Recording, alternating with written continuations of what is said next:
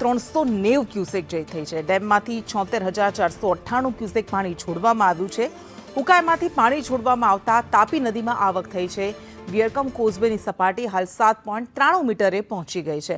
વધુ વિગત સાથે સંવાદદાતા મનીષ પરમાર આપણી સાથે જોડાયા છે। મનીષ, ઉપરવાસમાં સારો વરસાદ ખાબક્યો, દક્ષિણ ગુજરાતમાં પણ સારો વરસાદ વરસી રહ્યો છે અને જળાશયો છલકાવા લાગ્યા છે। ગુજરાત સહિતમાં જે કહેવાય કે વરસાદ છે તે સતત વરસી રહ્યો છે, જેના પગલે ઉકાઈ ડેમની અંદર પાણીની ભરપૂર આવક થઈ છે। ત્યારે ઉકાઈ ડેમની જળ સપાટીમાં સતત વધારો થઈ રહ્યો છે। ઉકાઈ ડેમની જે સપાટી છે તે 335.82 પહોંચી ગઈ છે।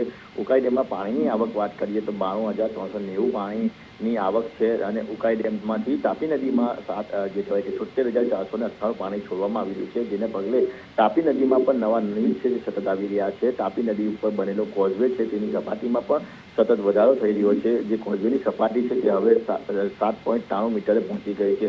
આ જે કોઝવેની સપાટી વધતા જે કહેવાય કે કોઝવે કેટલા દિવસથી બંધ કરી દેવામાં આવ્યો છે, એટલે જે સતત ઉપરવાસમાં વરસાદ વરસી રહ્યો છે, વરસાદના પગલે જે તાપી નદીમાં પણ નવા નીર આવી રહ્યા છે અને અત્યારે જે કહેવાય કે જે તાપી નદી છે તે બે કાંઠે વહી રહી છે।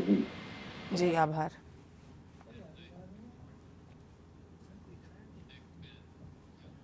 પંચમહાલના પાનમ ડેમમાં